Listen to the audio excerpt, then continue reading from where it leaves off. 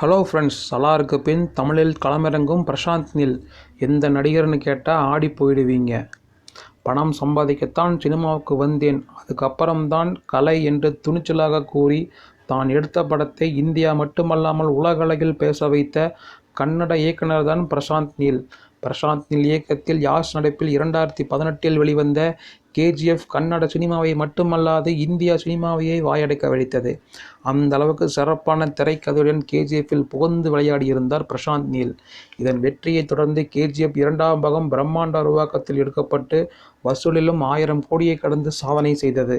Prashanth Neil இயக்கத்தில் யாஷ் நடிப்பில் 2018 வெளிவந்த கேஜிஎஃப் கன்னட சினிமாவை மட்டுமல்லாது இந்திய சினிமாவையே வாயடைக்க வைத்தது.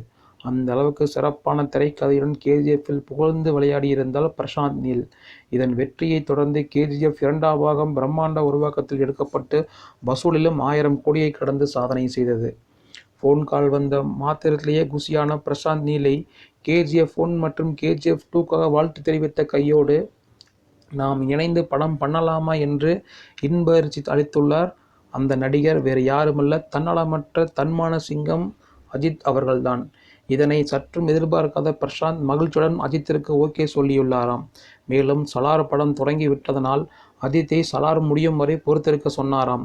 அஜித் விடாமுயற்சி மற்றும் அடுத்தடுத்து ஆதிக், வெற்றிமாறன் என வரிசையாக இயக்குனருடன் கமிட்டாக இவர் கேஜிஎஃப் 3க்கு பின் அஜித்துடன் இணைவதாக கூறியுள்ளார்.